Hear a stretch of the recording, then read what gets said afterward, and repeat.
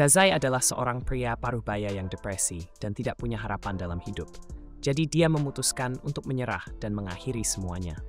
Pada hari yang dingin dan hujan, Dazai dan kekasihnya terlihat berjalan bersama tanpa payung hingga mereka tiba di tepi sungai yang deras. Inilah yang diinginkan Dazai karena hujan membuat sungai cukup kuat untuk menghanyutkan seseorang. Dan sekarang, dia ingin menjadi orang itu. Dia dan Sachan datang ke sini hari ini karena mereka muak dengan dunia ini dan berencana untuk mengakhiri semuanya dengan menenggelamkan diri di Sungai Kun bersama. Dengan cara ini, mereka bisa menepati janji untuk selalu bersama. Jadi sebelum mereka melompat, mereka mengikat lengan mereka bersama sebagai tanda cinta. Namun, meskipun mereka berada di tengah hutan, truk Kun muncul entah dari mana untuk menabrak mereka sebelum mereka melompat ke sungai, meskipun itu tidak masuk akal. Di momen berikutnya, Dazai bangun di sebuah katedral, dan saat dia bangun, dia sangat bingung dengan segala sesuatu di sekitarnya. Tapi dia hanya mengira ini adalah dunia tempat orang-orang dikirim setelah mereka mati. Tiba-tiba, sebuah suara memanggilnya dan menjelaskan kepada Dazai bahwa dia telah dipanggil ke sini sebagai pahlawan dunia ini. Nama wanita itu adalah Annette, dan dia mengatakan bahwa tugasnya adalah membimbing mereka yang berakhir di sini. Untuk membuktikan bahwa ini memang dunia lain, dia mengarahkan Dazai untuk melihat keluar jendela, di mana seekor naga dan berbagai makhluk mitologi lainnya terlihat berkeliaran di dunia Zauberberg. Annette memberitahu Dazai bahwa dia ditakdirkan menjadi pahlawan dunia ini dan memulihkan cahaya.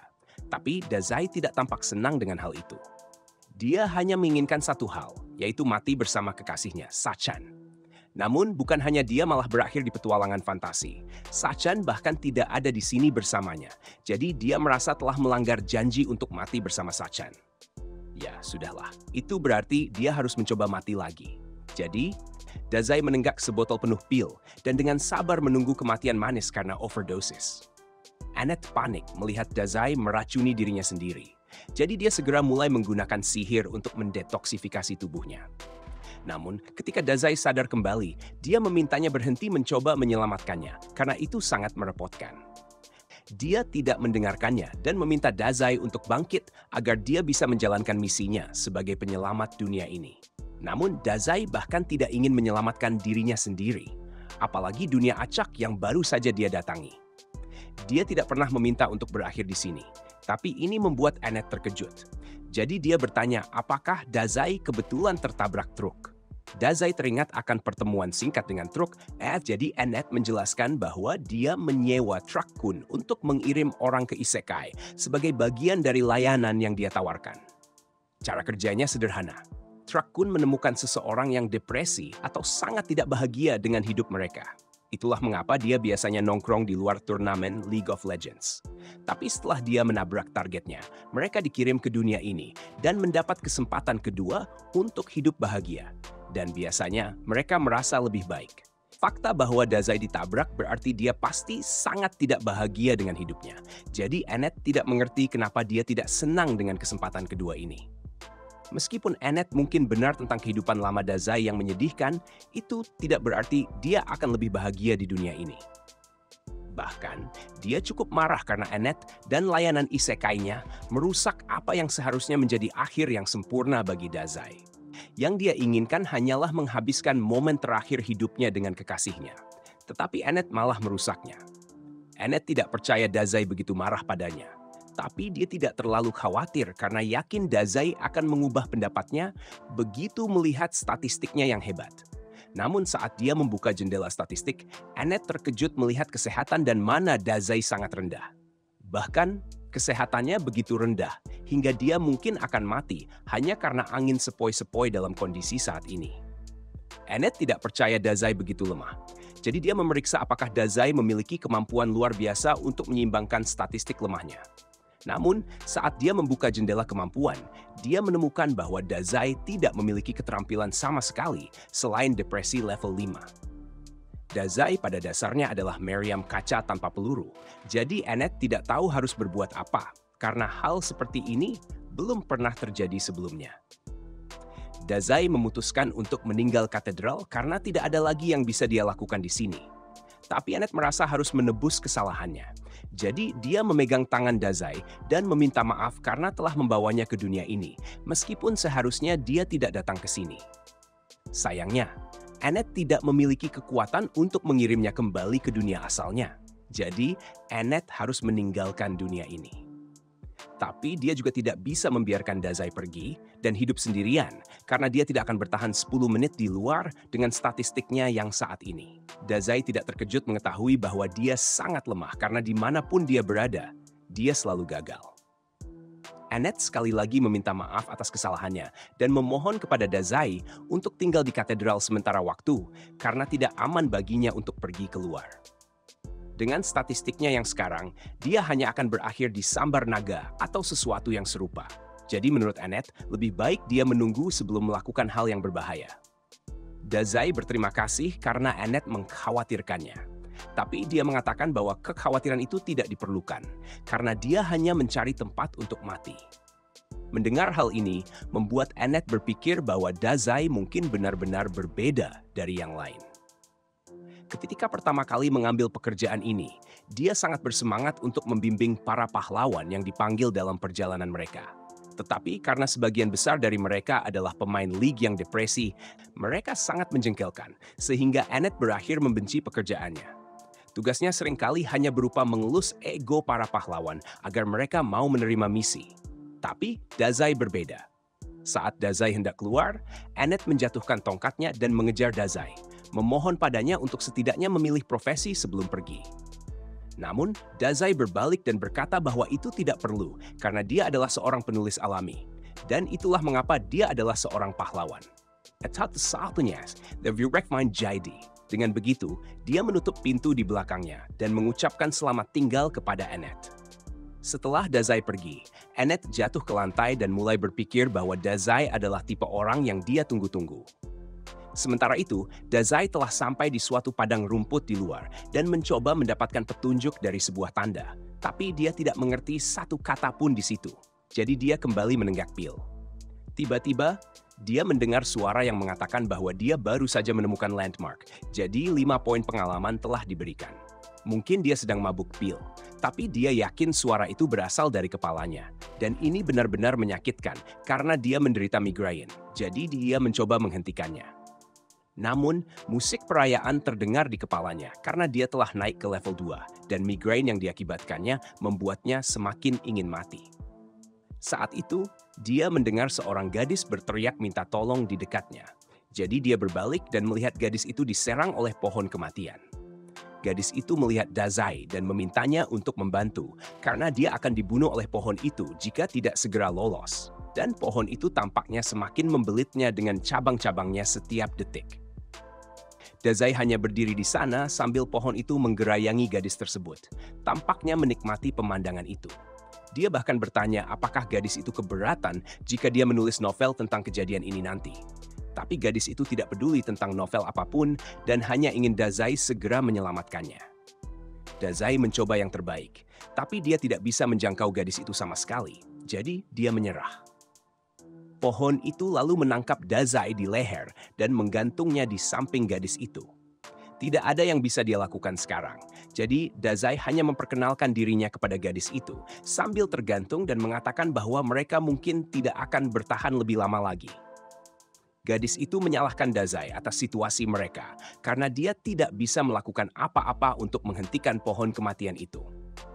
Dan sekarang setelah mereka tertangkap, pohon kematian akan menggunakan kemampuan hisapnya untuk menyedot semua nutrisi dari tubuh mereka. Jadi dalam beberapa menit ke depan, mereka dijamin akan mati. Dazai mengatakan dia senang mendengarnya. Tapi ini membuat gadis itu ketakutan karena jenis orang gila apa yang ingin mati dengan cara disedot habis? Saat Dazai mulai merasa lemah, dia tampak seperti hampir pingsan sebelum tiba-tiba terkulai. Gadis itu mulai panik, berpikir bahwa Dazai benar-benar sudah mati. Namun, beberapa saat kemudian, cabang yang mencekik Dazai mulai layu, dan pohon kematian itu akhirnya hancur karenanya. Gadis itu dan Dazai terbebas saat pohon itu hancur. Tapi Dazai kecewa karena sekali lagi gagal mati. Berkat kemenangan yang tidak disengaja ini, Dazai naik level lagi. Dan gadis itu bingung dan kagum karena dia percaya bahwa Dazai dengan sengaja membuat pohon kematian mati dengan menyerap racun dalam tubuhnya. Meskipun dia juga merasa aneh bahwa Dazai akan meracuni dirinya sendiri sejak awal. Gadis itu berterima kasih kepada Dazai karena telah menyelamatkannya, sambil meminta maaf karena telah menyebutnya tidak berguna sebelumnya. Tetapi Dazai tidak merasa telah melakukan sesuatu yang istimewa. Yang berhasil dia lakukan hanyalah gagal mati, dan dia sama sekali tidak senang dengan itu. Gadis itu tidak mengerti mengapa Dazai depresi, tapi dia ingin berterima kasih dengan tulus karena telah menyelamatkan hidupnya. Tiba-tiba dia punya ide dan mengundang Dazai ke rumahnya agar dia bisa mengungkapkan rasa terima kasihnya dengan benar. Dan Dazai tidak melihat masalah dengan itu. Saat gadis itu mengulurkan tangan dan bertanya apa yang harus dia panggil, Dazai berkata dia bisa memanggilnya Sensei. Namun, saat dia meraih tangan gadis itu, dia teringat pada Sachan. Hal itu membuatnya bertanya-tanya apakah Sachan juga berakhir di dunia ini. Dan jika demikian, maka dia mungkin bisa menemukan dan bersatu kembali dengan kekasihnya. Akhirnya, dia menemukan alasan untuk tetap hidup di dunia ini. Jadi dia akan memastikan untuk menemukan Sachan dimanapun dia berada. Dan ketika itu terjadi, mereka akhirnya bisa mati bersama. Motivasinya mungkin dipertanyakan, tapi setidaknya dia tidak lagi berusaha mati. Meski begitu, dia tidak tahu harus mulai mencari dari mana. Jadi dia kembali ke katedral Annette.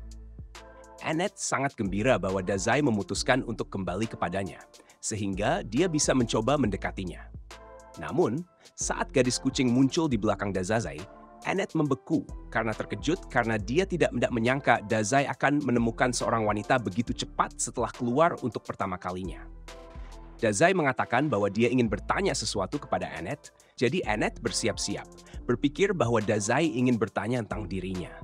Tetapi Dazai mengatakan dia ingin mencari seorang gadis bernama Sachan, jadi dia berharap Annette punya informasi tentang itu. Annette kecewa karena Dazai bertanya tentang wanita lain, tapi dia tidak punya petunjuk bagus tentang di mana Sachan mungkin berada. Jadi Dazai kembali ke titik awal. Karena tidak punya tempat lain untuk pergi, dia mengikuti gadis kucing itu ke rumahnya.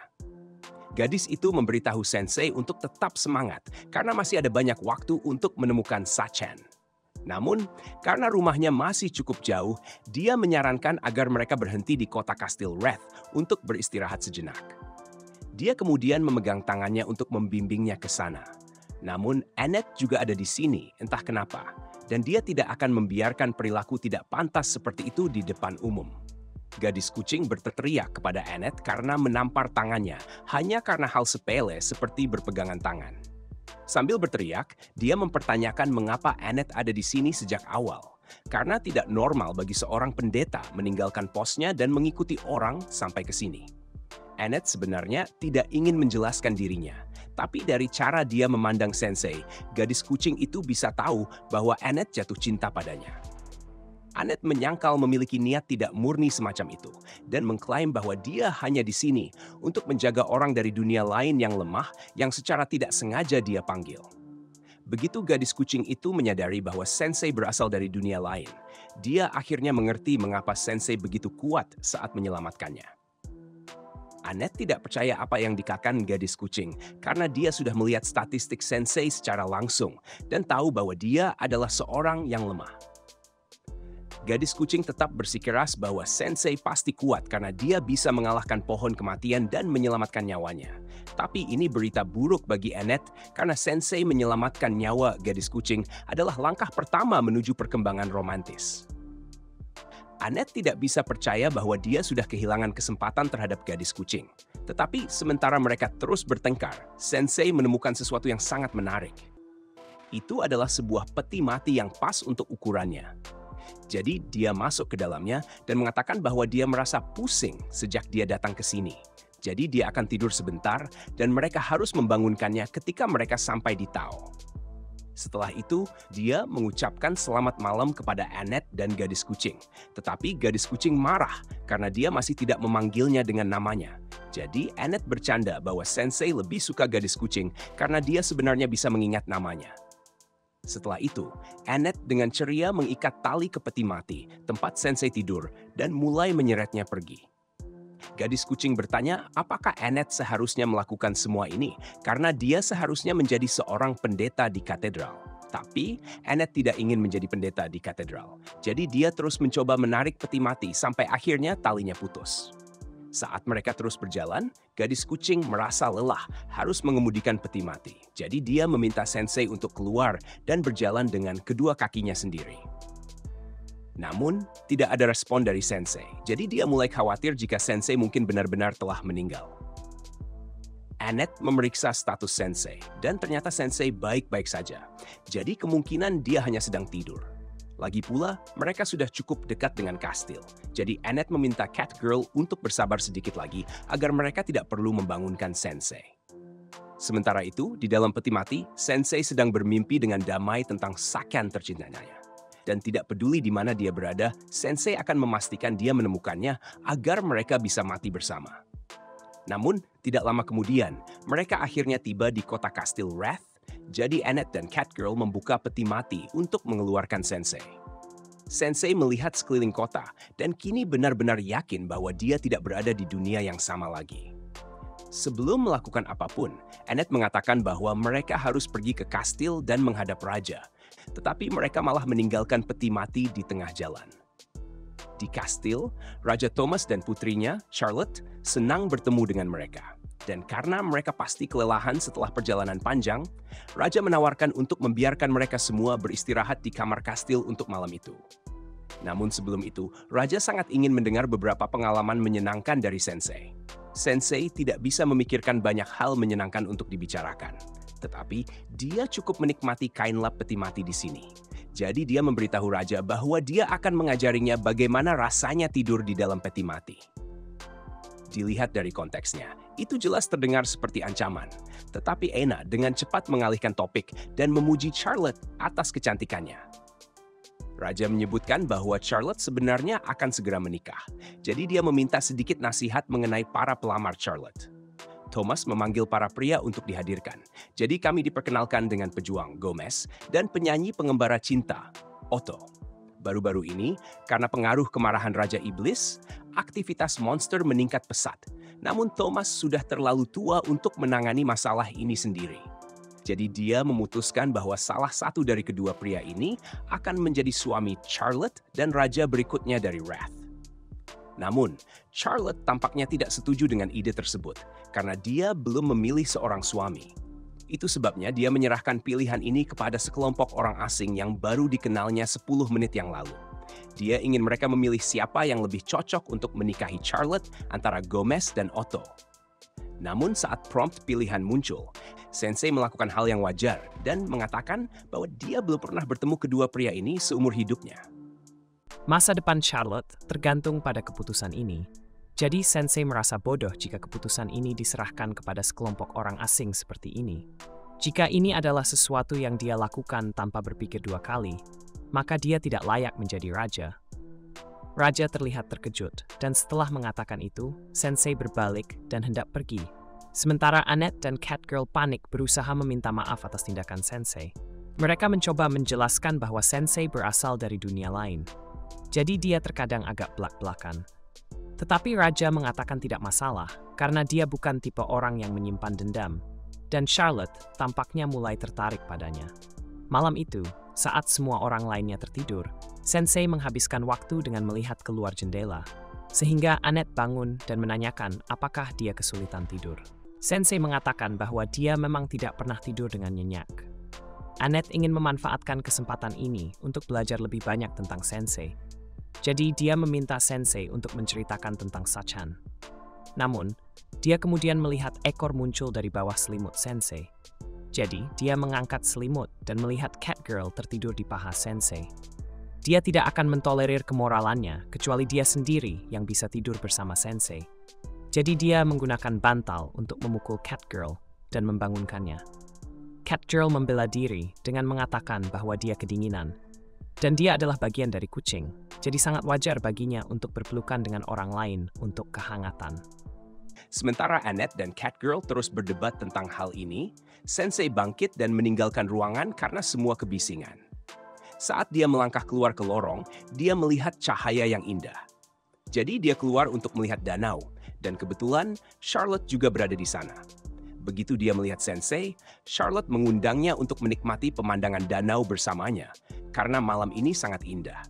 Sensei setuju bahwa pemandangannya sangat cantik, bahkan begitu cantik hingga membuatnya merasa ingin tenggelam di danau. Charlotte terkejut mendengar hal ini dan bertanya, apakah Sensei memiliki masalah yang cukup berat hingga membuatnya ingin tenggelam. Tetapi dari apa yang Sensei lihat sejauh ini, Charlotte tampaknya lebih banyak terbebani daripada dia. Setelah beberapa saat hening, Charlotte membuka hati kepada Sensei bahwa dia belum bisa memutuskan antara Gomez dan Otto. Gomez baru-baru ini tiba di kastil, tetapi dia sudah menjadi tentara yang paling dapat diandalkan. Ayahnya percaya pada kekuatan Gomez, jadi dia merasa mungkin harus memilihnya. Tetapi Otto adalah teman masa kecilnya, dan setiap kali dia merasa sedih, Otto selalu menulis lagu dan memainkannya untuk membuatnya merasa lebih baik.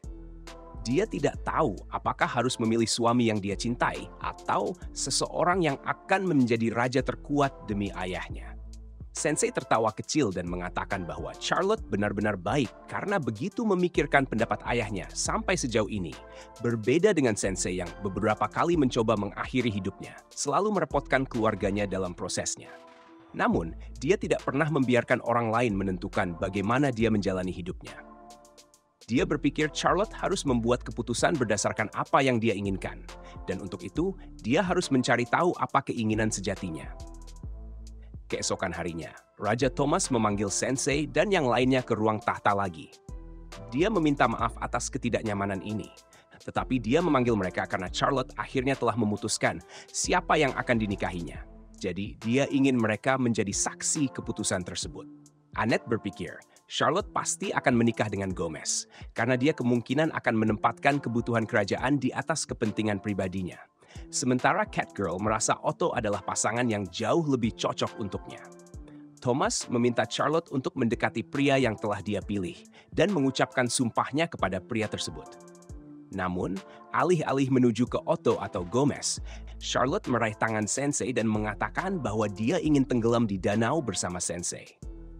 Tidak ada yang bisa percaya dengan apa yang baru saja mereka dengar, terutama Annette yang langsung terjatuh ke tanah. Charlotte kemudian menjelaskan alasannya. Setelah berbicara dengan Sensei malam sebelumnya, dia memikirkan siapa yang harus dipilihnya selama waktu yang lama, dan itu membuatnya menyadari sesuatu. Awalnya, dia condong untuk memilih Otto karena dia selalu menyanyikan lagu-lagu untuknya saat dia merasa sedih. Namun dia kini teringat bahwa Otto juga menyanyi bahkan ketika tidak sedih, dan dia juga menyanyikan lagu malam tadi, tanpa pernah mengungkapkan bahwa dia mencintainya. Jadi, mungkin dia hanya ingin menampilkan lagu terbarunya kepada seseorang, dan Charlotte kebetulan ada di sana untuk mendengarkan. Dan Gomez juga tidak cocok karena baunya yang tidak sedap. Raja meminta Charlotte untuk mempertimbangkan kembali dan memilih seorang suami, yang tampaknya aneh mengingat dia telah menyatakan niatnya untuk tenggelam di danau bersama Sensei. Charlotte membalas Thomas dengan tegas, mengatakan bahwa itu adalah ide bodoh untuk memaksanya menikah dengan seseorang tanpa meminta pendapatnya, mengingat dia sebenarnya tidak ingin menikah sama sekali. Pada akhirnya, Thomas tidak pernah berhenti untuk mempertimbangkan perasaannya sama sekali. Tetapi Sensei sebenarnya peduli dengan apa yang dia pikirkan dan menghormati bahwa itu adalah keputusannya untuk dibuat. Sensei kini memahami mengapa Charlotte memilihnya. Tetapi sebelum dia bisa memberikan tanggapan, Gomez melepas helmnya dan mengatakan bahwa dia tidak pernah menyangka identitasnya akan terbongkar karena baunya. Dia kemudian berubah menjadi bentuk aslinya sebagai pelayan Raja Iblis, dan mengatakan bahwa dia sebenarnya berniat merebut kerajaan ini dengan menjadi rajanya, sehingga akhirnya bisa menyerahkannya kepada Raja Iblis. Namun, rencananya telah hancur karena Charlotte melihat melalui penyamarannya.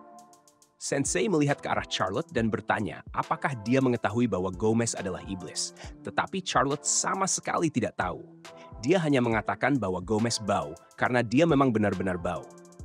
Itu berarti Gomez baru saja membongkar penyamarannya tanpa alasan yang jelas, tetapi dia tidak mau mengakui kesalahannya. Jadi sekarang identitasnya sudah terungkap. Dia mengatakan bahwa dia akan membunuh mereka semua. Ini adalah situasi di mana seorang pendeta yang kuat akan sangat berguna. Tetapi dia masih tidak sadar. Jadi Catgirl mencoba membangunkannya sementara Gomez sibuk dengan para penjaga. Sayangnya, para penjaga tidak bertahan lama. Jadi Catgirl terpaksa mengambil tubuh Annette dan melarikan diri untuk menghindari tertimpa tiang. Karena Annette tidak akan bangun dalam waktu dekat, Catgirl memutuskan untuk mengambil tindakan sendiri dan melawan Gomez. Saat ini, dia berada di level 15, jadi seharusnya dia bisa mengatasi pertarungan dengan baik. Karena dia akan bertarung, Otto menawarkan untuk memainkan sebuah lagu untuknya. Karena dia berada di level 89, dan biasanya dapat memberikan buff, tetapi ternyata Otto hanya memainkan lagu terbarunya tanpa efek tambahan, kecuali bahwa lagu itu adalah klasik yang disetujui menurut Sensei. Catgirl tidak punya pilihan lain selain mulai menyerang sendiri. Ketika Gomez menyerangnya, Catgirl membungkuk dan menendangnya ke wajah. Dia kemudian melanjutkannya dengan pukulan kucing, tetapi itu tidak terlalu merusak Gomez. Jadi dia mampu mengirim Catgirl terlempar. Gomez kemudian mengatakan bahwa dia akan mengerahkan seluruh kemampuannya dalam serangan berikutnya dan merobek Catgirl menjadi bagian-bagian kecil. Tetapi sebelum itu, Sensei menarik perhatiannya dan meminta Gomez untuk terlebih dahulu menghilangkan dirinya dan Charlotte. Gomez awalnya tidak menganggap Sensei serius, tetapi Sensei menegaskan bahwa sekarang Charlotte telah bebas dari kendali bodoh ayahnya. Permintaan pertamanya adalah mengakhiri semuanya bersama Sensei. Dan Sensei selalu siap untuk kesempatan baik untuk kick the bucket. Jadi dia meminta Gomez untuk memberinya kesempatan ini.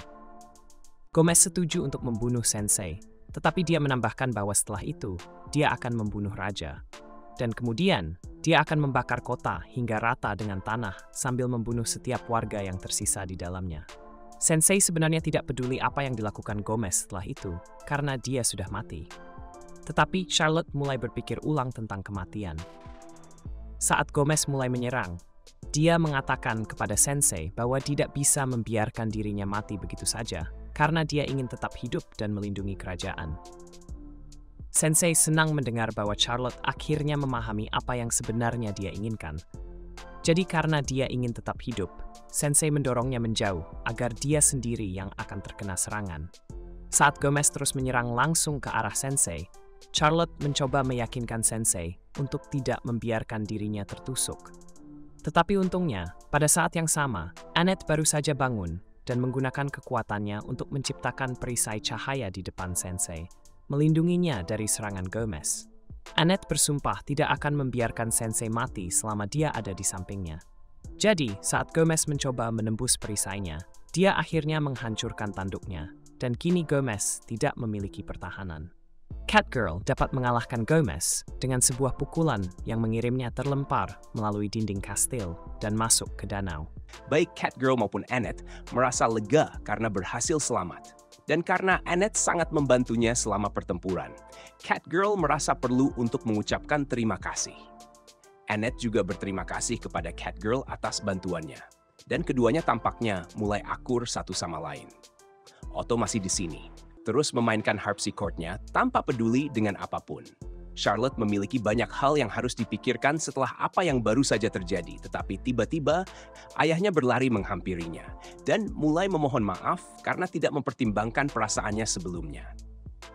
Sensei benar ketika mengatakan bahwa Thomas tidak layak menjadi raja, dan sekarang dia menyadari bahwa dia bahkan tidak layak menjadi ayah Charlotte. Jadi dia dengan tulus meminta Charlotte untuk memaafkannya. Charlotte turun dan memberitahu ayahnya bahwa dia memaafkannya. Dan mulai sekarang, dia ingin banyak berbicara dengannya tentang masa depan kerajaan ini dan diri mereka sendiri. Thomas sangat bahagia bisa berdamai dengan Charlotte, dan Charlotte senang ayahnya akhirnya mengerti dirinya. Tetapi yang dipikirkan Sensei hanyalah bagaimana Annette dan Catgirl merusak kesempatan sempurna untuk mendapatkan game over. Beberapa waktu kemudian, Thomas mengakui bahwa dia tidak layak memerintah sebagai raja.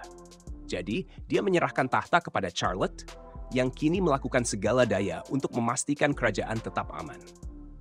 Dan Otto masih terus membuat lagu karena dia tidak punya hal lain yang lebih baik untuk dilakukan. Sementara itu, Annette dan Catgirl sibuk menyeret peti mati Sensei ke tujuan berikutnya. Dan mereka membicarakan betapa beraninya Charlotte menjadi ratu di usia 16 tahun. Tapi mereka yakin semuanya akan berjalan lancar.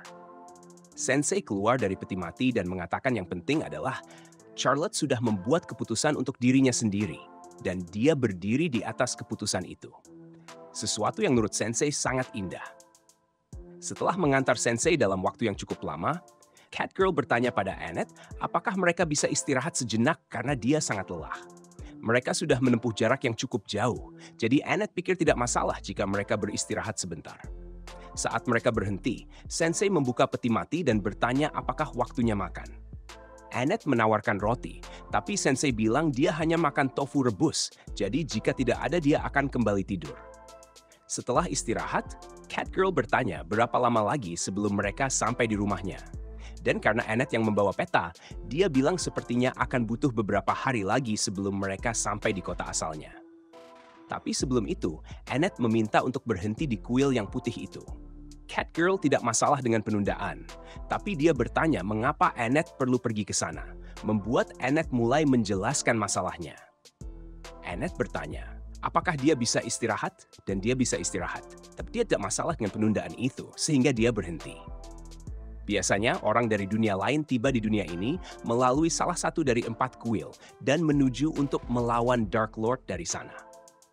Namun, karena tujuan Sensei adalah menemukan Sachan daripada mengalahkan Dark Lord, Annette ingin menuju ke kuil-kuil itu untuk melihat apakah mereka bisa mengumpulkan informasi tentang keberadaan Sachan. Jika mereka tidak beruntung, mereka mungkin harus melakukan perjalanan melintasi seluruh dunia. Tetapi Annette benar-benar siap meninggalkan semuanya untuk Sensei. Sejujurnya, dia tidak ingin Sensei melawan Dark Lord, meskipun itu adalah tugasnya untuk meyakinkan orang dari dunia lain untuk melakukannya. Dia hanya tidak ingin Sensei terpapar bahaya seperti itu. Jadi Catgirl menukar posisinya karena mencintai Sensei. Annette membantah adanya niat buruk meskipun jelas sekali pada titik ini. Dia mencoba mengklaim bahwa Sensei memberinya nafas segar saat dia mulai menyerah pada pekerjaannya. Jadi dia ingin membalas budi dan membantunya menemukan orang yang dia cari. Itu saja. Catgirl bertanya apakah itu berarti Annette akan baik-baik saja jika dia menemukan bahwa Sakan sebenarnya adalah kekasih Sensei atau sesuatu seperti itu. Meskipun hanya memikirkan kemungkinan Sensei memiliki kekasih saja sudah menyakitkan, dia tetap ingin memastikan sendiri jika ternyata benar. Omong-omong, Catgirl penasaran apakah Annette akan diizinkan masuk ke kuil putih ini, karena dia semacam meninggalkan pekerjaannya untuk perjalanan ini. Annette tidak berpikir itu akan jadi masalah, karena dia berteman baik dengan orang yang bertanggung jawab di kuil putih ini. Dan bukan berarti dia benar-benar meninggalkan posisinya juga, karena dia sudah meminta familiarnya untuk mengirimkan surat pengunduran diri resmi untuknya. Kebetulan, familiar yang sama kini kembali dan sedang menggigit kepala Sensei. Setelah menyembuhkan Sensei, Annette mengeluh bahwa familiarnya selalu menimbulkan masalah untuknya. Dan sekarang saat dia mengatakannya keras-keras, dia sadar mungkin itu ide buruk menyerahkan surat pengunduran dirinya lewat makhluk ini. Kecurigaannya terkonfirmasi ketika familiar itu memuntahkan surat pengunduran dirinya. Jadi sekarang terlihat seolah-olah dia meninggalkan posisinya tanpa pemberitahuan, dan dia menyalahkan familiarnya untuk itu. Melihat familiar yang gagal total dalam tugasnya membuat Sensei tersenyum karena dia juga merasa gagal. Jadi dia memberi nama Melos, dan Melos langsung menyukai Sensei. Tapi Sensei sebenarnya tidak ingin peliharaan, jadi dia hanya kembali ke dalam peti matinya. Sementara itu, Annette panik karena dia tidak bisa menyingkirkan posisinya. Dialkan posisinya tanpa pemberitahuan. Jadi kuil pasti akan menolak klaim penganggurannya nanti. Saat itu, Melos mulai bertindak aneh, dan tak lama kemudian dia melarikan diri. Jadi jelas ada sesuatu yang salah. Tapi mereka baru menyadari apa yang coba diperingatkan Melos ketika seekor naga turun dari puncak gunung. Naga adalah monster terkuat di dunia, jadi Annette tidak tahu harus berbuat apa. Tapi sebelum naga menyerang, seorang gadis muncul di belakang Annette dan Catgirl, dan dia memberitahu Ryuta untuk berhenti menyerang orang sembarangan. Gadis itu lalu mendekati naga dan mulai mengelusnya, sehingga Annette dan Catgirl cukup bingung. Mereka belum pernah mendengar ada orang yang berhasil menjinakkan naga, jadi mereka bertanya siapa gadis itu. Namun, gadis itu hanya berbalik ke arah mereka dan berkata ada banyak monster di sekitar. Jadi mereka harus cepat pergi sebelum terluka. Bahkan, tampaknya salah satu rekan mereka sudah meninggal. Annette meminta maaf atas kebingungannya dan menjelaskan bahwa Sensei masih sangat hidup. Dia hanya orang dari dunia lain yang aneh, jadi dia suka tidur di peti mati. Begitu gadis itu mendengar bahwa Sensei adalah orang dari dunia lain, dia langsung berubah pikiran dan melepas jubahnya, mengungkapkan bahwa dia adalah gadis naga dan mengatakan bahwa dia akan membunuhnya. Annette kemudian mengatakan bahwa dia adalah gadis naga, bunuh semua orang dari dunia lain. Energi yang datang dari tubuhnya sangat intens, sehingga saat dia melepaskan ledakan ke arah mereka, Annette hanya bisa menahannya selama beberapa detik dengan perisainya. Tetapi perisainya tidak cukup kuat, dan ledakan itu tetap menyebabkan banyak kerusakan. Mereka tergeletak di lantai, menyadari bahwa kekuatan gadis naga jauh melampaui kekuatan mereka. Tetapi mereka masih bertekad untuk melindungi Sensei dengan segala cara. Jadi mereka bangkit untuk bertarung sekali lagi. Namun, gadis naga sudah tidak sabar dengan campur tangan mereka. Jadi dia menggunakan tekanan intensnya untuk memaksa mereka ke tanah. Sementara mereka tidak bisa bergerak, gadis itu berdiri di atas mereka, memberikan Annette pandangan jelas pada tanda di lehernya, yang dikenalnya sebagai tanda dari Dark Lord yang dirajam. Dark Lord hampir menyelesaikan Annette dan Catgirl. Tetapi sebelum dia melakukannya, Sensei bangkit dan mengatakan tidak perlu begitu kekerasan terhadap yang lain. Dia mengatakan bahwa masalahnya adalah dengan orang dari dunia lain, dan itu berarti orang yang ingin dia hapus adalah dia. Dia memberitahu gadis itu bahwa dia bebas melakukan apapun yang dia suka kepadanya. Dan karena dia tidak melawan, Dark Lord setuju untuk meninggalkan yang lain sendirian. Dan dalam sekejap, dia memukul dinding hingga berlubang. Annette dan gadis naga bisa bertarung satu sama lain, tetapi mereka melakukannya melalui dada Sensei. Saat Sensei jatuh ke tanah, Dark Lord mengumumkan bahwa namanya adalah Waldelia, dan dia mengatakan kepada Sensei untuk beristirahat dengan tenang. Tapi saat dia hendak pergi, Sensei bangkit kembali dan mulai tertawa melihat kenyataan bahwa Waldelia benar-benar menikamnya. Dia bisa merasakan bahwa Waldelia menyimpan kebencian di dalam hatinya karena dia pernah merasakannya dan ingin menusuk seseorang. Bahkan dia pernah menulis surat ancaman pada waktu itu. Jadi dia tahu seperti apa rasanya diliputi kebencian. Waldelia mulai merasa cemas pada titik ini, tetapi Sensei terus mendekat dan menyentuh pipinya, memberi efek Dying Man Reeves padanya. Dia mengatakan bahwa dia ingin sekali mendengar ceritanya, tetapi Waldelia tidak akan terjebak oleh pesonanya begitu saja. Jadi dia memanggil Ryuta untuk membawanya keluar sebelum dia terpengaruh. Setelah Waldelia pergi, Sensei kembali terjatuh karena dia masih memiliki lubang di dadanya. Tetapi Melos masih ada di sekitar. Jadi akhirnya dia berguna dan menyeret mereka semua ke kuil. Saat melihat kondisi Annette yang buruk, Melos langsung memeriksanya. Namun, Annette meminta agar Melos merawat Sensei terlebih dahulu, karena kondisinya jauh lebih parah. Itu hanya masalah waktu sebelum dia bisa kembali ke kesadarannya. Melos melihat kondisinya sangat buruk, jadi dia memanggil semua ramuan penyembuh dan pendeta yang tersedia untuk membantu Sensei pulih. Keesokan harinya, Sensei sudah pulih sepenuhnya, tapi dia tidak bisa membiarkannya begitu saja. Jadi hal pertama yang dilakukannya adalah keluar dan membeli sebotol racun untuk diminum. Sementara dia melakukan itu, Annette mengucapkan terima kasih kepada Yisha atas semua bantuannya dan mengatakan bahwa dia akan memastikan untuk membalas budi suatu hari nanti. Untuk saat ini, Annette bertanya apakah Yisha pernah mendengar tentang seorang Otherworlder bernama Sachen. Tetapi Yisha belum pernah mendengarnya. Jadi Yisha berasumsi bahwa Sachan mungkin telah dipanggil ke kuil lain. Yang lebih penting, Yisha bertanya mengapa Annette tiba-tiba bepergian dengan seorang Otherworlder. Dia terkejut saat mendengar bahwa Annette meninggalkan pekerjaannya. Tapi dia juga merasa agak lega karena dia tahu Annette terlalu baik hati untuk terpapar pekerjaan semacam ini.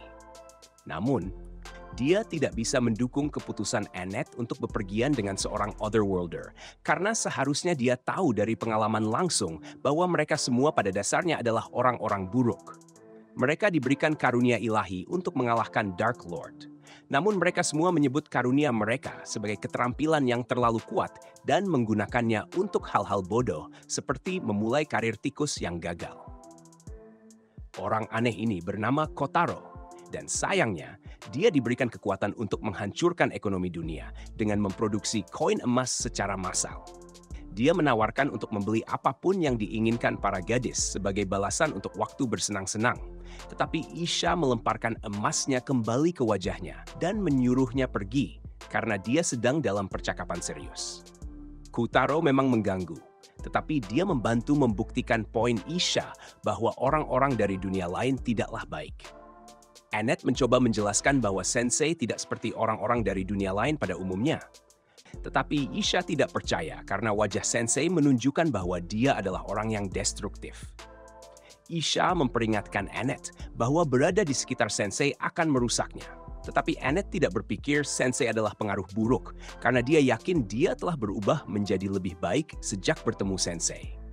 Namun, argumennya tentang Sensei sebagai pengaruh baik tidak terdengar meyakinkan ketika Sensei datang kepadanya meminta uang untuk membeli obat-obatan. Dan dia dengan senang hati memberinya sebanyak yang dibutuhkan. Jadi Isha berpikir Annette mungkin sudah terlalu jauh. Jika Annette sudah sebegitu terikat pada Sensei, Isha setidaknya ingin tahu apa jenis hadiah yang dimiliki Sensei. Tapi dia terkejut ketika Annette memberitahunya bahwa Sensei tidak memiliki hadiah. Dan meskipun tidak memiliki hadiah, Sensei tetap menempatkan dirinya dalam bahaya untuk melindungi Annette dan Catgirl dari Dark Lord. Tetapi pernyataan ini malah membuat Isha semakin terkejut karena Dark Lord dalam bahaya. Dilaporkan bahwa Dark Lord telah dibunuh 7 hari yang lalu oleh beberapa orang dari dunia lain. Kita kemudian melihat takhta bekas Dark Lord yang berlumuran darah, dan seorang Otherworlder yang membunuh Dark Lord duduk di atasnya. Dari kejauhan, Waldelia mengamati, bersiap untuk membalas kematian ayahnya. Beberapa saat kemudian, Annette bertemu dengan Catgirl dan memberitahunya berita bahwa Dark Lord sudah dibunuh 7 hari yang lalu. Isha menerima berita itu dari gereja kemarin, dan ini adalah hal yang luar biasa karena berarti kedamaian akhirnya datang ke Zauberberg. Tapi jika benar bahwa Dark Lord sudah mati, lalu siapa yang mencoba membunuhnya sebelumnya? Annette tidak tahu jawabannya. Dan sekarang saat Catgirl memikirkannya, bukankah Sensei juga muncul 7 hari yang lalu? Jika Dark Lord sudah dikalahkan pada saat itu, lalu mengapa Sensei masih dipanggil ke dunia ini? Saat itu, Sensei merobek kertasnya dan jatuh ke lantai. Jadi Catgirl bertanya apa yang salah dengannya sekarang. Dia menjelaskan bahwa dia telah mencoba menulis tentang kejadian yang telah terjadi sejak dia tiba di dunia ini. Tetapi dia kesulitan menemukan kata-kata yang tepat. Annette bertanya apakah dia menulis sesuatu tentangnya. Namun, Sensei mengatakan bahwa dia sama sekali tidak menulis tentang Annette. Malah, dia mendapatkan lonjakan kreativitas setelah bertemu Waldelia. Jadi dia ingin merasakan sesuatu yang serupa untuk memicu kreativitasnya. Tetapi Catgirl mengatakan bahwa dia tidak akan melakukan sesuatu yang berbahaya dengannya. Annette menyarankan agar mereka semua keluar ke kota untuk bersantai dan mempertimbangkan masa depannya dengan Sensei. Ada beberapa barang yang ingin Annette beli untuknya. Setelah memasuki kota, Annette membeli set armor berat yang besar untuk Sensei agar dia tidak mati. Dan Sensei sebenarnya tidak keberatan karena perasaan sempitnya mengingatkannya pada peti matinya. Dengan keselamatan Sensei terjamin, Annette dan Catgirl melanjutkan belanja. Jadi dia meminta Sensei untuk tidak pergi kemana-mana sementara mereka tidak ada. Beberapa saat kemudian, Isha sedang berjalan di kota ketika dia melihat sekelompok anak-anak berkumpul di sekitar sebuah set armor. Dan dia terkejut menemukan Sensei duduk nyaman di dalamnya. Mengingat pertanyaan mengapa dia berada dalam armor yang begitu besar, Isha mengatakan bahwa dia ingin berbicara dengan Sensei.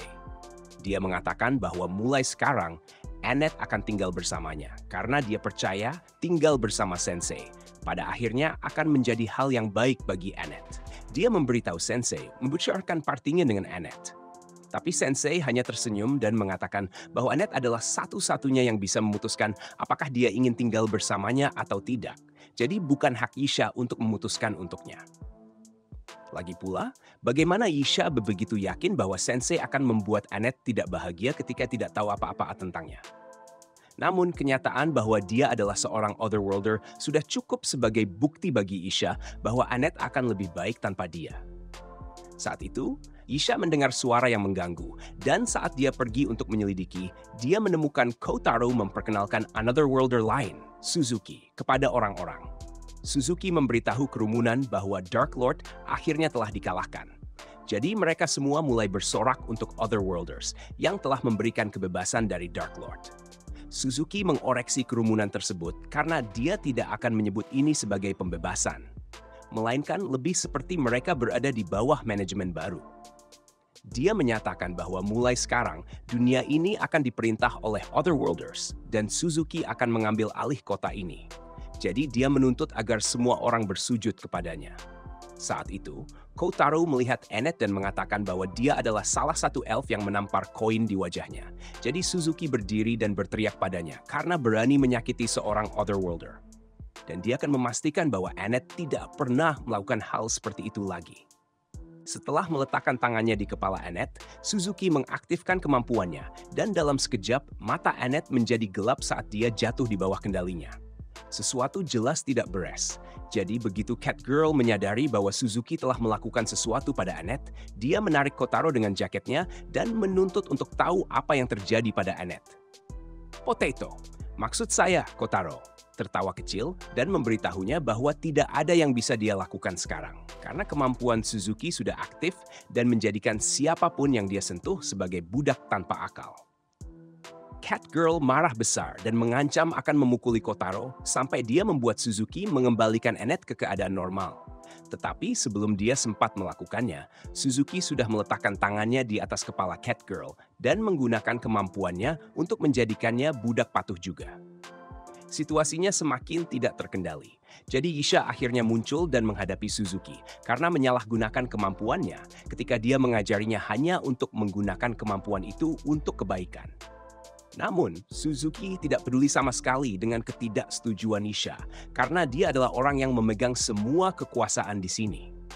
Dan karena Isha serta penduduk kota sangat bersikeras menentangnya, dia memutuskan untuk menghancurkan kota sepenuhnya sebagai contoh dan membangunnya kembali sebagai tempat di mana dia bisa tinggal. Dan saat itulah dia menyadari bahwa dia satu-satunya yang bisa melakukannya. Dia satu-satunya yang bisa melakukannya. Dia satu-satunya yang bisa melakukannya. Dia satu-satunya yang bisa melakukannya. Tidak ada yang berani menantangnya lagi. Dia kemudian berbalik untuk pergi. Tetapi sebelum itu, dia menoleh kepada Shah dan memberitahunya bahwa dia akan mengambil alih gerejanya dan menggunakannya sebagai kastilnya mulai sekarang. Anjing-anjing yang diserang kemudian mulai menghancurkan kota sesuai perintah Suzuki, termasuk Catgirl, yang saat ini sedang menyerang baju zirah yang sebelumnya dipenuhi dengan Sensei. Sensei sama sekali tidak terkejut dengan perilaku liar Catgirl. Malah dia merasa lucu karena Annette sebenarnya benar tentang dia yang membutuhkan baju zirah dalam keadaan darurat seperti ini. Akhirnya, pukulan Catgirl cukup merusak pelindung baju zirah. Tetapi dalam prosesnya, helmnya meluncur tepat ke wajahnya, membuatnya pingsan seketika. Sensei sekarang bebas dari baju zirah, dan karena Catgirl tidak sadar di tanah, dia melakukan satu-satunya hal yang bisa dia pikirkan dan memasukkannya ke dalam sebuah tong agar tidak membahayakan siapapun. Setelah itu, Isha menghancurkan masuk ke gedung di sampingnya, dan untuk pertama kalinya, dia merasa lega melihat wajah Sensei. Tetapi, dia tetap bersikeras dengan pernyataan sebelumnya bahwa Suzuki adalah contoh utama dari seperti apa orang luar dunia itu. Tidak hanya Suzuki menggunakan baju zirahnya untuk membunuh Annette, tetapi dia juga menggunakan baju zirahnya untuk membunuh Annette. Itulah sebabnya Annette sekarang menjadi hadiah bagi keinginan egoisnya sendiri. Namun, keserakahannya juga telah menjadikannya ancaman bagi masyarakat. Kekuatan dari hadiahnya tampaknya langsung menguasai pikirannya, karena dia tidak seperti ini saat pertama kali tiba di dunia ini. Awalnya, dia adalah pria pemalu dan lemah, tetapi sekarang dia telah berubah menjadi monster. Mendengar Isha menggambarkan kemerosotan Suzuki menjadi jahat memberi Sensei secercah inspirasi yang dia cari. Jadi dia bertanya kepada Isha di mana Suzuki berada saat ini. Dan dia diberitahu bahwa Suzuki seharusnya ada di gereja saat ini. Sensei kemudian meminta Isha untuk menjaga Catgirl sementara dia pergi menemui Suzuki. Isha meminta agar Sensei menunggu karena gila rasanya jika Sensei menghadapi seorang pahlawan dan tidak memiliki hadiah. Tetapi Sensei tetap bersikeras pergi karena dia percaya bahwa cerita Suzuki akan menjadi topik menarik untuk ditulis. Jadi Isha menyerah dan mengatakan bahwa dia akan ikut bersamanya untuk memastikan keselamatannya. Saat mereka tiba di pintu gereja, Sensei merasa bersemangat. Tetapi Isha tidak bisa memahami bagaimana Sensei bisa begitu tenang dalam situasi seperti ini. Dia sudah melihat apa yang bisa dilakukan hadiah Suzuki. Jadi dia seharusnya tahu bahwa dia tidak punya peluang menang dalam pertarungan yang adil. Jika Sensei membuka pintu tanpa rencana, dia akan dikoyak oleh binatang-binatang Suzuki. Tapi saat Isha mengatakan ini, Sensei mengeluarkan botol racun dari lengan bajunya. Isha terkesan karena dia percaya bahwa Sensei pasti berencana menggunakan racun untuk mengatasi binatang-binatang itu. Tetapi yang mengejutkan, Sensei langsung meminum seluruh botol tersebut. Karena racun sudah tidak bisa digunakan lagi, Isha merangkak dan memberitahu Sensei bahwa mereka harus menggunakan pintu belakang sekarang. Namun, sekali lagi, Sensei tidak mendengarkannya dan langsung berjalan melalui pintu depan. Sensei menyapa Suzuki dan memberitahunya bahwa dia tertarik untuk menulis novel tentang ceritanya. Jadi, Suzuki berpikir bahwa Sensei adalah penggemar yang ingin mendokumentasikan tindakan heroiknya. Namun, kenyataannya jauh berbeda. Karena Sensei mengatakan bahwa cerita yang ingin dia tulis adalah tentang seorang pecundang yang diberi lebih banyak kekuatan daripada yang pantas dan akhirnya berubah menjadi sampah. Suzuki merasa terhina, jadi dia memerintahkan anjing-anjingnya untuk mengoyak Sensei. Sementara Sensei masih berdiri di sana, Isha merasa harus membela dia.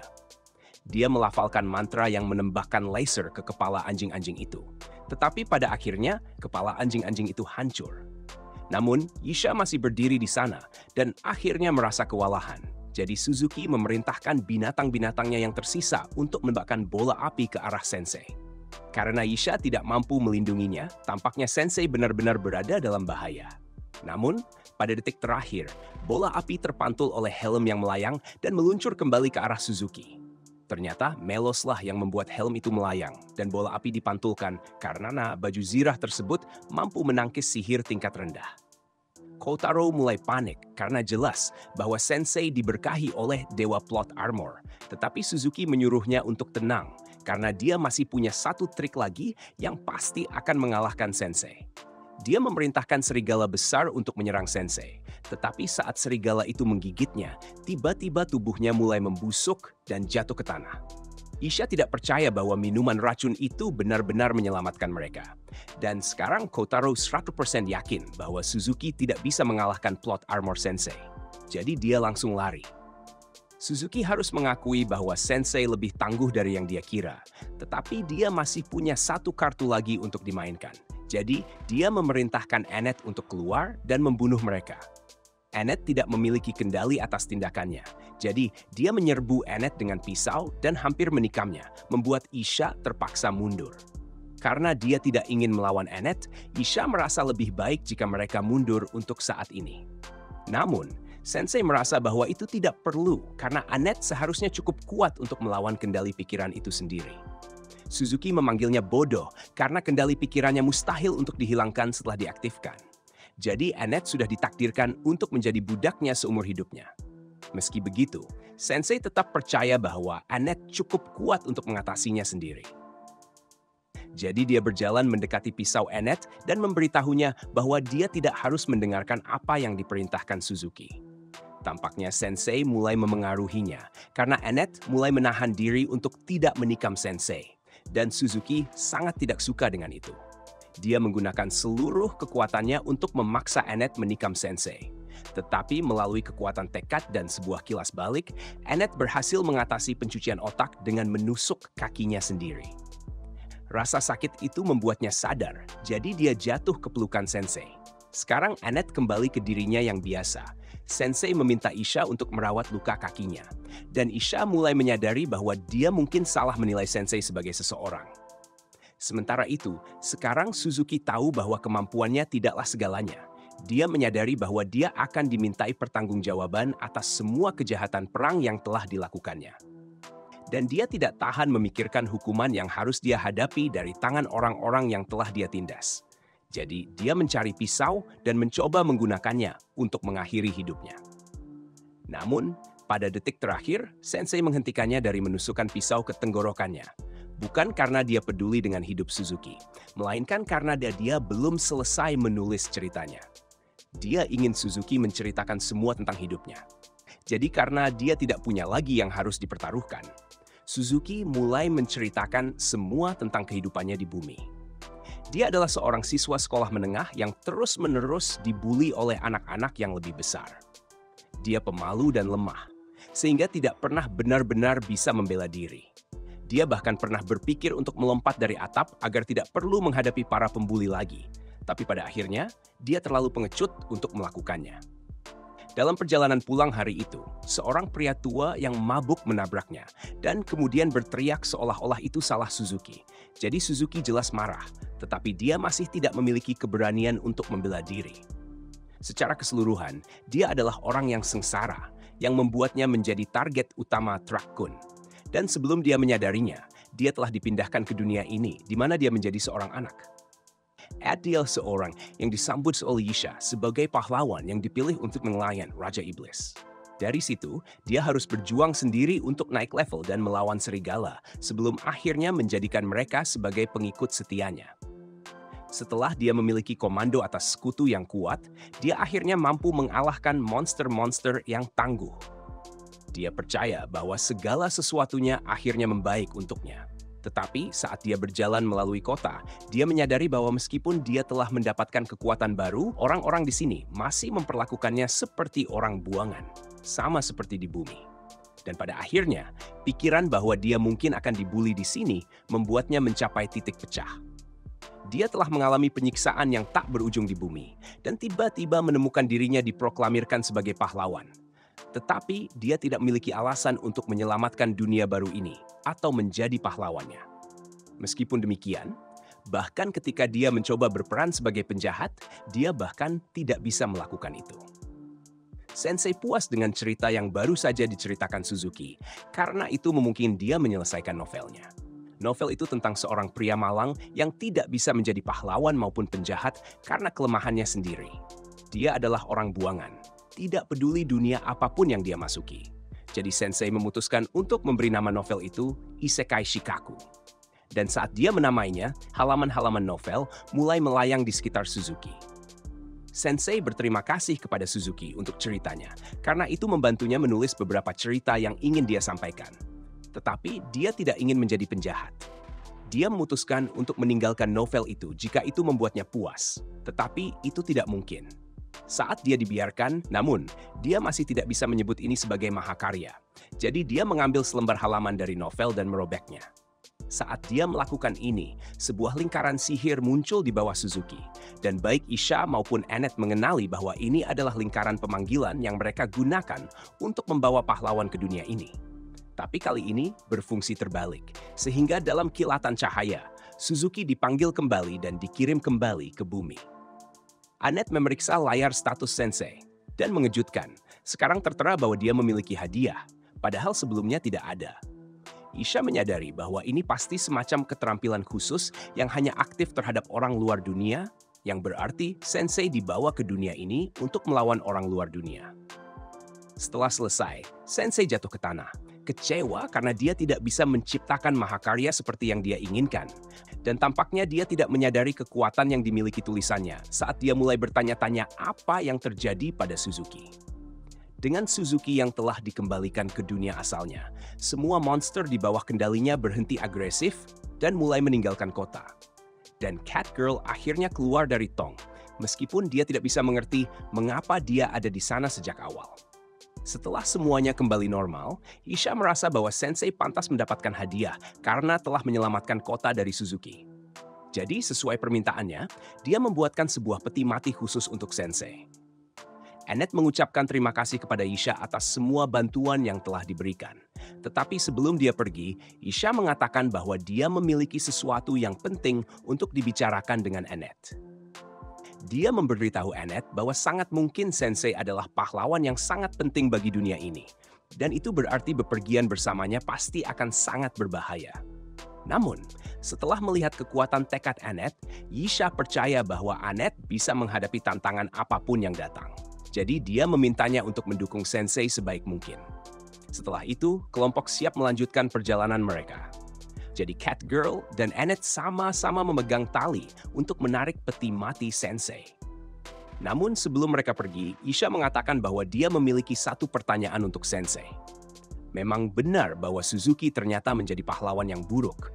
Tetapi mengingat fakta bahwa dia baik sebelum diberikan kekuatannya dan terpapar dunia ini, dia tidak bisa tidak merasa bahwa dia hanya berubah seperti itu karena dia dipanggil. Dan sekarang dia telah dikirim kembali ke bumi. dia mungkin akan terus menjalani kehidupan yang menyedihkan. Namun, Sensei melihatnya berbeda. Meskipun cerita Suzuki sebagai pahlawan dunia ini telah berakhir, ceritanya di bumi masih berlanjut dan terserah padanya untuk mengubah keadaan menjadi lebih baik. Setelah Sensei dan yang lainnya pergi, Yisha menuju markas gereja untuk melaporkan kejadian terbaru. Setibanya di sana, dia melihat rekannya, Wolf, duduk sambil minum untuk melupakan kesedihannya. Yisha terkejut melihat Wolf sudah minum di pagi hari, tetapi dia mengatakan bahwa dia terpaksa melakukannya karena pekerjaannya jauh lebih stres daripada miliknya. Sementara Yisha berurusan dengan orang-orang sepertinya, Wolf harus menghadapi kurcaci, dan kurcaci itu bau sekali. Namun, sebelum Wolf bisa terus menghina kurcaci, Elton datang dan menegur Wolf bahwa tidak pantas mengucapkan hal-hal rasis seperti itu di tempat kerja, terutama karena dia seorang uskup. Wolf meminta maaf dengan setengah hati, tetapi dia juga sedikit menghina Elton karena menjadi uskup Goblin, padahal kebanyakan uskup adalah elf. Goblin tidak terlalu tersinggung dan menunjuk bahwa Wolf bertindak lebih buruk daripada kurcaci yang diklaimnya sangat dibenci. Hal ini membuat Wolf marah, sehingga dia menantang Goblin untuk mencoba menghadapi kurcaci sepanjang hari dan lihat apakah dia masih tidak rasis setelah itu. Tiba-tiba, mereka berdua terhenti saat Kardinal Miller tiba dan mengatakan kepada mereka untuk berhenti bertengkar dan duduk agar rapat ini bisa dimulai. Setelah rapat dimulai, Miller meminta maaf karena memanggil mereka semua dengan pemberitahuan yang sangat mendadak. Dia ingin memulai rapat dengan meminta laporan dari setiap wilayah, namun tampaknya ada seseorang yang belum hadir. Namun, sebelum dia bisa mulai berbicara, seorang uskup lainnya tiba dan terjatuh di depan mereka. Tidak ada yang mengenal gadis ini, jadi Miller memperkenalkannya sebagai uskup baru dari kuil barat yang menggantikan Annette yang meninggalkan jabatannya. Mereka semua duduk dan Miller meminta para uskup untuk mulai memberikan laporan mereka, dimulai dengan Arya. Arya memperkenalkan dirinya sebagai pengganti Annette dan melaporkan bahwa tidak ada hal penting yang terjadi di wilayahnya. Kardinal menyebutkan bahwa dia mendengar Putri Charlotte baru-baru ini mewarisi tahta dan itu terdengar penting. Jadi Arya meminta maaf karena lupa menyebutkannya. Sementara Arya berusaha untuk tidak dipecat, Uskup Goblin Elton memotongnya dan mulai memberikan laporannya sendiri. Dia menyatakan bahwa wilayahnya baru-baru ini mengalami kedamaian, jadi dia tidak punya banyak hal untuk dilaporkan. Selanjutnya, Wolf memberikan laporannya tentang wilayahnya. Wilayahnya bernama sesuai dengan nama daerahnya, dan itu adalah wilayah yang baru-baru ini mengalami kedamaian. Itu satu na vilresyon ng tempat ng terpensil, tetapi semuanya baik-baik siya. And karang afo konflikt and network haji, wine si versus reading suhab. Selanjutnya adalah Yisha, dan sementara yang lainnya tidak memiliki banyak hal untuk dilaporkan, dia memiliki kabar buruk yang harus disampaikan. Baru-baru ini, seorang Otherworlder mengamuk di wilayahnya dan menghancurkan setengah kota Vele. Dia saat ini sedang berusaha untuk mengembalikan kota tersebut ke kondisi semula. Tetapi mengenai Otherworlders, Miller sebenarnya memanggil rapat ini karena masalah mereka. Seperti yang dia sampaikan seminggu lalu, Dark Lord yang terpilih dalam undian telah dikalahkan oleh sekelompok Otherworlders. Mengingat hal ini, Paus memutuskan untuk menutup lingkaran sihir yang menghubungkan dunia ini dengan dunia lain dan memberikan cuti dibayar yang tidak terbatas kepada Truckgun. Elton senang bahwa pertempuran dengan Dark Lord akhirnya berakhir, tetapi masih ada ancaman yang mengintai dunia ini. Karena 7 Otherworlders yang mengalahkan Dark Lord, semuanya mengklaim tanah yang dulu diperintah oleh Dark Lord sebagai milik mereka. Dan Paus telah menerima pernyataan dari ketujuh orang tersebut yang menyatakan bahwa mereka akan mengubah Zauberberg menjadi utopia yang sempurna.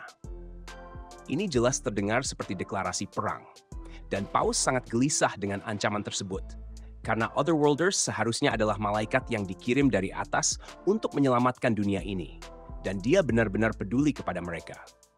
Namun, sekarang mereka berbalik melawannya, dan gereja harus mempersiapkan diri untuk bahaya yang akan datang.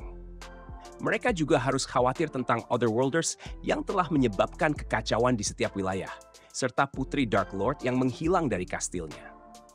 Tidak ada dari mereka yang pernah berpikir hari ini akan datang ketika Otherworlders menjadi musuh gereja, dan jika mereka bekerja sama, Otherworlders bisa menjadi ancaman yang jauh lebih besar daripada Dark Lord.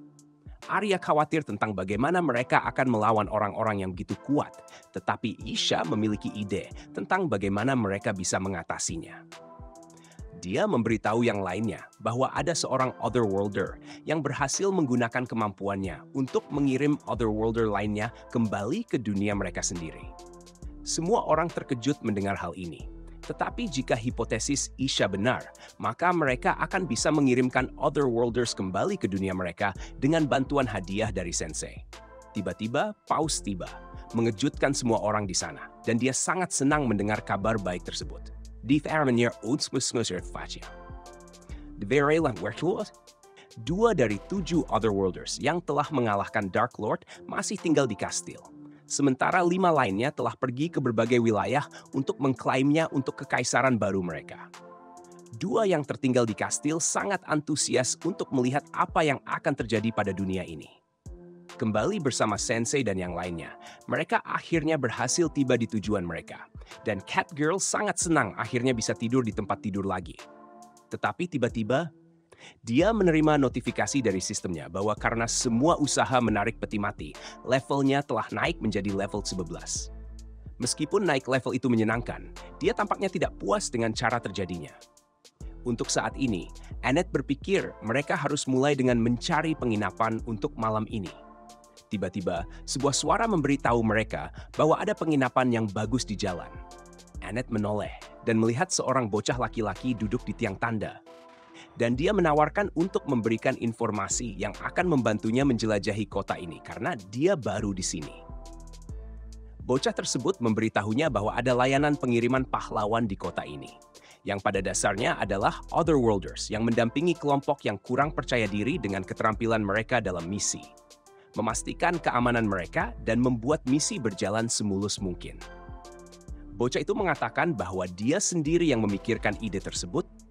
Tetapi begitu dia menyebutkan Otherworlders, Catgirl langsung teringat apa yang dilakukan Kotaro dan Suzuki. Jadi dia tidak ingin terlibat dengan hal ini. Bocah itu tidak mengerti mengapa Catgirl sangat tidak suka dengan Otherworlders. Padahal merekalah yang menyelamatkan dunia ini. Namun, dia bilang jika mereka tertarik, dia bisa memperkenalkan mereka kepada seorang Otherworlder secepatnya. Tentu saja, untuk biaya kecil, dia meminta 40.000 Jinko untuk melakukan perkenalan tersebut. Catgirl mengatakan bahwa mereka tidak mau karena tidak ingin membuang uang sebanyak itu. Namun, Annette lebih dari senang untuk membuang uang sebanyak itu jika itu berarti dia bisa mendapatkan seorang pahlawan kuat untuk menjaga Sensei. Bocah itu mengira dia berbicara tentang menjaga peti mati. Jadi dia mulai memberi pidato tentang bagaimana orang mati tersebut mungkin menghargai jika tubuhnya dijaga. Namun, Sensei muncul dari dalam peti mati dan memberitahu bocah itu bahwa dia belum mati, meskipun dia berharap dia sudah mati. Bocah itu sangat ketakutan, tetapi Catgirl memberitahunya bahwa meskipun penampilannya, Sensei juga seorang pahlawan. Namun, bocah itu tidak mempercayainya. Dia dengan cepat mengambil uang dari Annette dan mengatakan bahwa dia akan membawa pahlawan tersebut ke penginapan mereka nanti malam.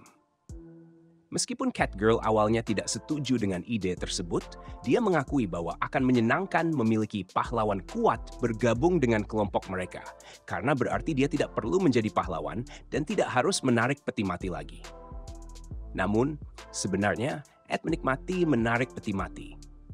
Malam itu, mereka semua menunggu di penginapan untuk kedatangan Nier, seperti yang dikatakan bocah itu.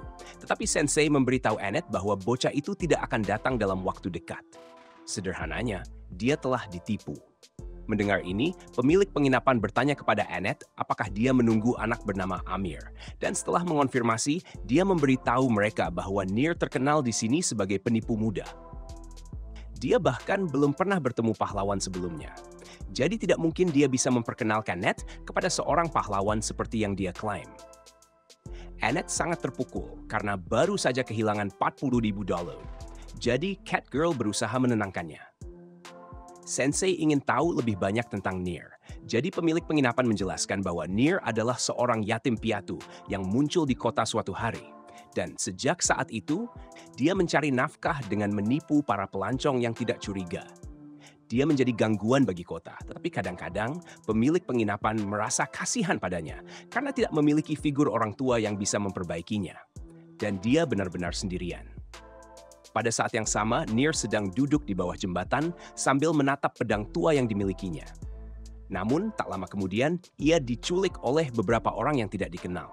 Mereka membawanya ke sebuah gudang yang terbengkalai dan mulai memeriksa semua uang yang telah dikumpulkan Near dari penipuannya. Near bertanya kepada mereka apa rencana mereka terhadapnya, dan ketiga pria itu menunjukkan niat jahat di mata mereka. Near mulai mencoba untuk membual agar bisa keluar dari situasi tersebut dengan mengklaim bahwa teman pahlawannya akan membalas dendam jika mereka mencoba mencelakainya. Namun para pria tersebut tidak khawatir karena mereka tahu pasti bahwa Near belum pernah bertemu dengan seorang pahlawan. Dan sebenarnya mereka sendiri adalah pahlawan. Salah satu dari mereka memiliki hadiah yang memungkinkan dia untuk memanggil sebuah busur silang yang sangat kuat. Dan karena Near telah menggunakan nama pahlawan secara sembarangan untuk menipu orang, pahlawan tua yang lain berniat menghukum Near dengan sebuah anak panah di kepala.